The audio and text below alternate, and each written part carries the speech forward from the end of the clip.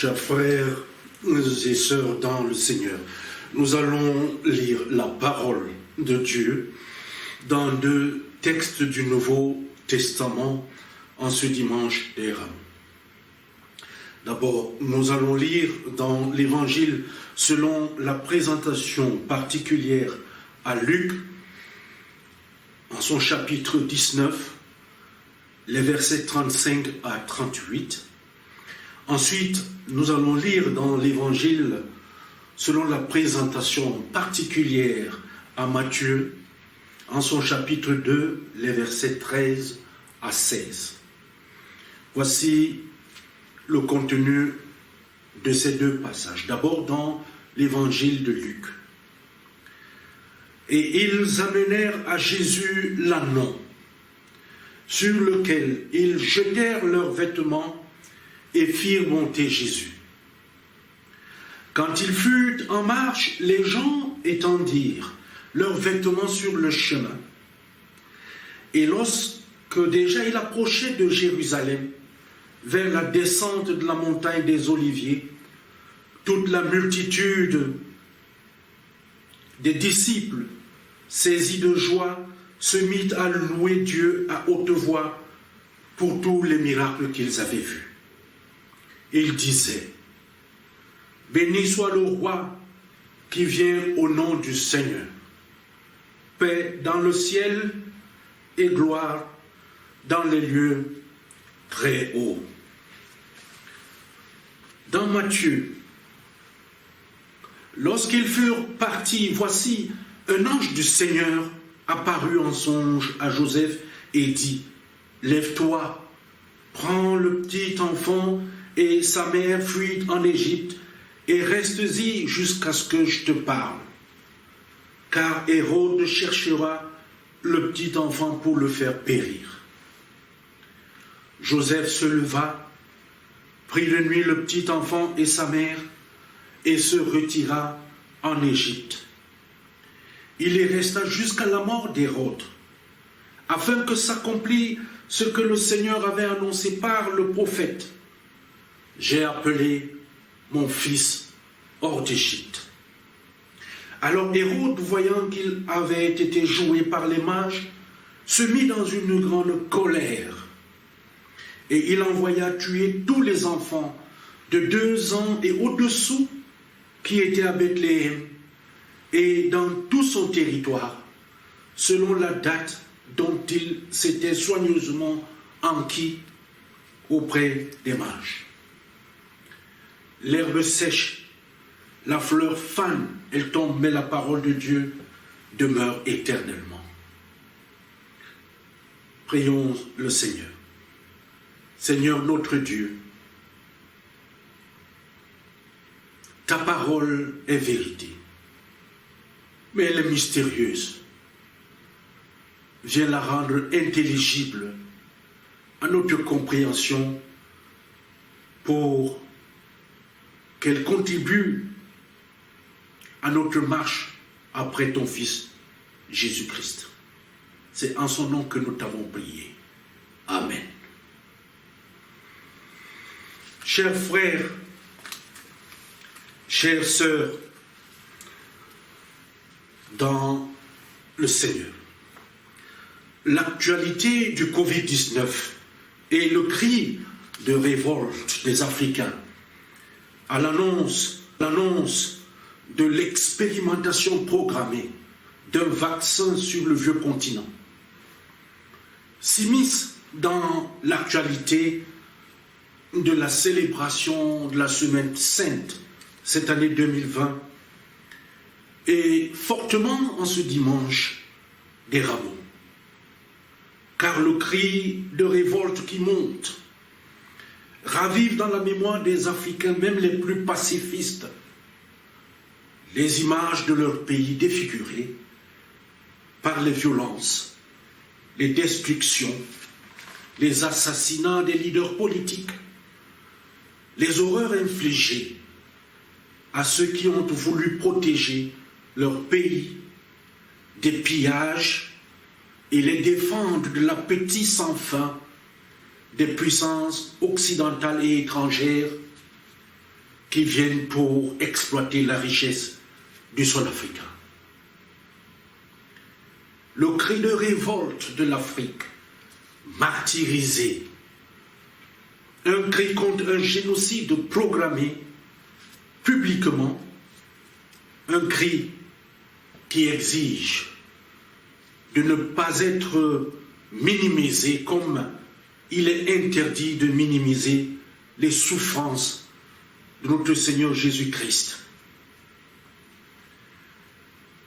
Dans ce moment d'épreuve et de souffrance, je voudrais partager avec vous une facette de la réponse de Dieu.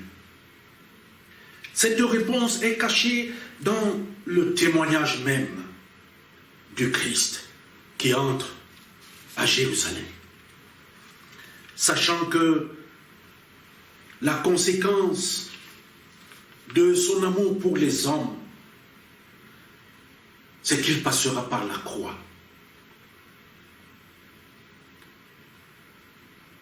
Chers amis, le passé reste très proche du présent.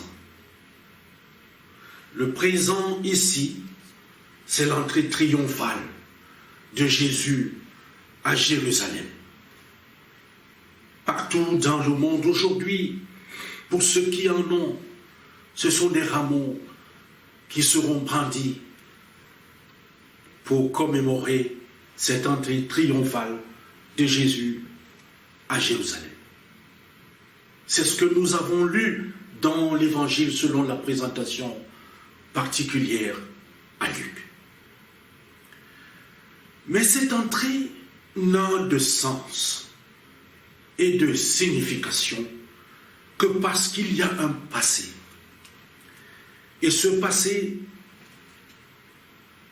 c'est que Jésus a échappé à la mort dans son enfance. Dans le texte de Matthieu, nous voyons comment Jésus, enfant, est sauvé par Dieu qui, à travers un ange, donne des instructions à Joseph.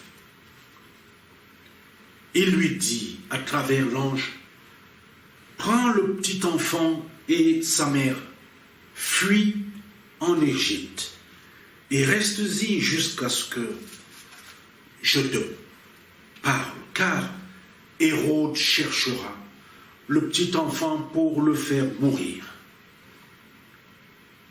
Mes chers amis, un petit enfant, c'est une personne faible. Un petit enfant, c'est une personne sans défense. Ce qu'il y a d'intéressant ici, c'est que Dieu voit la menace qui plane sur ce petit enfant Jésus. Et il prend l'initiative. Dieu prend ses dispositions. Il organise le plan de sa protection. Il engage Joseph, à qui il confie la stratégie qui consiste à cacher la mère et l'enfant en Égypte. C'est-à-dire loin des yeux de Pharaon, loin du danger. En tout cas, il est question ici de mettre de la distance entre le pouvoir et la puissance destructive de Pharaon et cet enfant sans défense qu'est Jésus. Quel âge avait Jésus à ce moment-là? On ne saurait trop le dire. Mais c'était un enfant, un petit enfant. Était-il scolarisé à ce moment? Ce n'est pas important. L'important et l'urgent, c'était de lui sauver la vie. Chers frères et sœurs dans le Seigneur,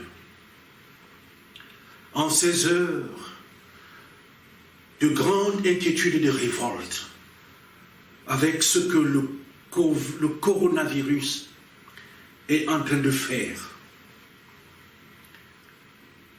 le confinement est une stratégie qui a déjà existé. Il s'agit de mettre la distance entre le virus et nous. La distance pour éviter que la puissance de la destruction que porte ce virus ne nous atteigne et ne nous élimine. Oui, le cri de révolte est là.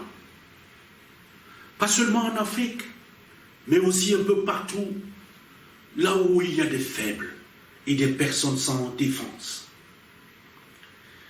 Mes chers frères et sœurs, la liberté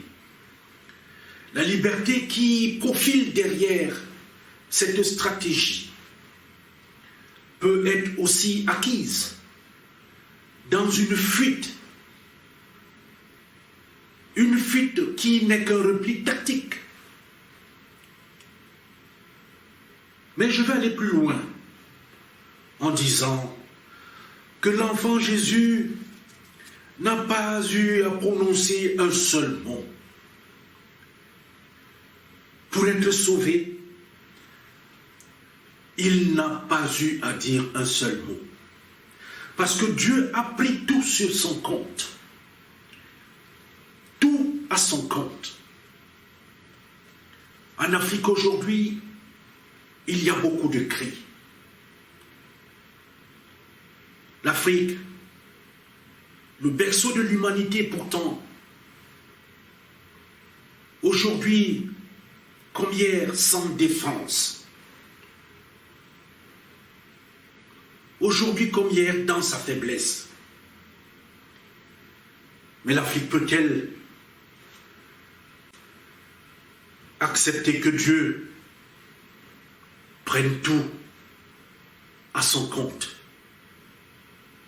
Pouvons-nous le comprendre? La parole de Dieu nous rassure sur l'intervention de Dieu aux côtés des personnes faibles et sans défense. Dans ces heures où la violence et l'injustice se manifestent, dans un monde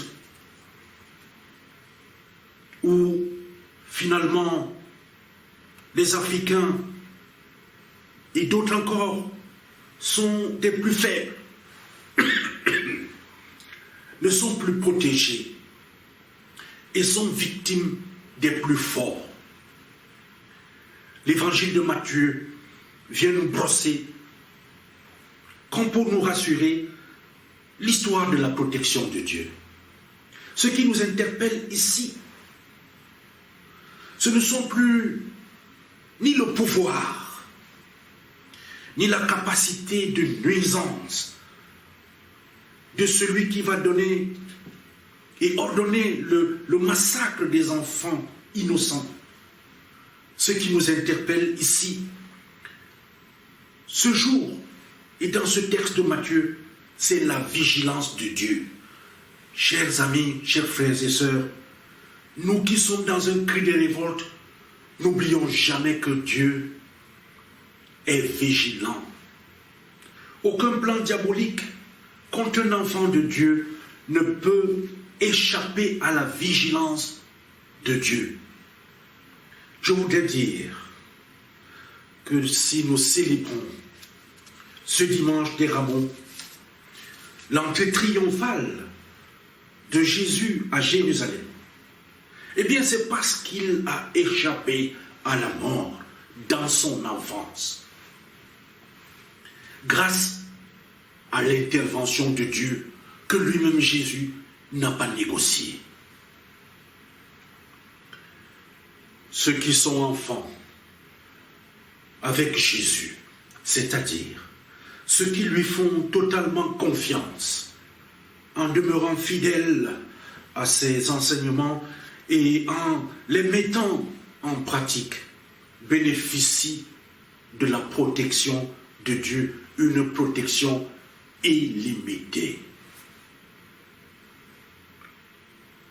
chers amis en Jésus, l'amour de Dieu en Jésus-Christ est créateur de la vie, même lorsque la mort est au rendez-vous. Oui.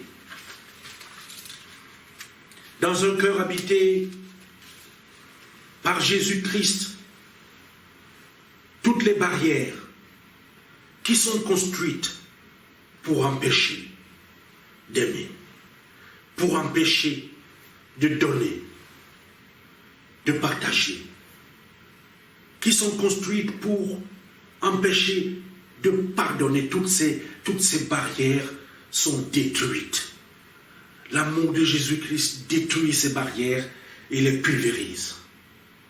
Parce que le véritable amour rejette la violence.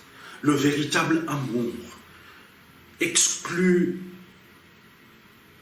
l'injustice et la domination du fort sur le faible. Le véritable amour, chers amis, déteste la violence. Le triomphe de Jésus dans son entrée à Jérusalem a été possible grâce à la protection qu'il a bénéficié de Dieu. Et c'est lui qui nous dit dans sa parole, venez à moi, vous qui êtes fatigués et chargés, et moi, je vous donnerai du repos. Faisons confiance à Jésus et dans nos prières, venons déposer à ses pieds nos craintes et nos inquiétudes, nos colères, nos ressentiments. Alors, nous triompherons du Covid-19. Oui, nous sommes désarmés humainement. L'Afrique est désarmée face à la menace, face à cet ennemi. Il y a tous les programmes de mort qui l'accompagnent. Mais le matin de la victoire est proche. Car nous serons victorieux avec Jésus sous la haute protection de l'Éternel Dieu Tout-Puissant. Je voudrais partager avec vous ce sujet qui doit rester chaud dans nos cœurs en ce moment. Il est simple. Dieu est le protecteur de ceux qui sont faibles et sans défense. Venez donc, mes frères, apprenons parfois à garder le silence, mais la confiance en Dieu. Ce n'est pas toujours quand nous aurons crié. Jésus n'a pas crié. Parce que le Seigneur, son amour pour son fils, pour son enfant, l'amène à rester vigilant en permanence. C'est lui qui protège. Autant il a protégé Jésus, enfant, dans son silence, autant l'Afrique qui est dans l'enfance, désarmée, sera protégée. Les enfants de l'Afrique qui acceptent de rester enfants en relation avec Jésus ne verront pas la victoire du coronavirus sur eux, parce que le Seigneur aura agi pour les protéger et pour protéger l'Afrique et tous ceux qui dans le monde sont sans défense, sont exposés à la domination des plus forts. Que le Seigneur lui-même bénisse cette parole pour chacun d'entre nous en ce dimanche des rameaux et que nous soyons vainqueurs avec notre Seigneur Jésus-Christ sous la protection de notre Dieu. Amen. Prions le Seigneur. Éternel Dieu Tout-Puissant, nous venons par la prière chercher la sagesse en toi. Nous voulons te dire, Seigneur, que nous te faisons confiance. Parce que nous voyons comment tu as sauvé ce petit enfant, Jésus, et sa mère qui était sans défense. Nous voulons croire que notre prière ne peut s'ouvrir à tes miracles de délivrance que lorsque nous mettons totalement notre confiance en toi. C'est toi qui éclaires les événements par ta présence et qui oriente nos choix vers les bonnes solutions. Viens donc nous conduire, illumine-nous et donne-nous de pouvoir nous retenir et de nous investir totalement dans la prière, dans cette bataille que toi tu auras déjà gagnée pour nous contre le coronavirus et avec tous ces programmes. Nous t'avons prié et te demandons de nous exaucer au nom de ton Fils Jésus-Christ, notre Seigneur et notre Sauveur. Amen.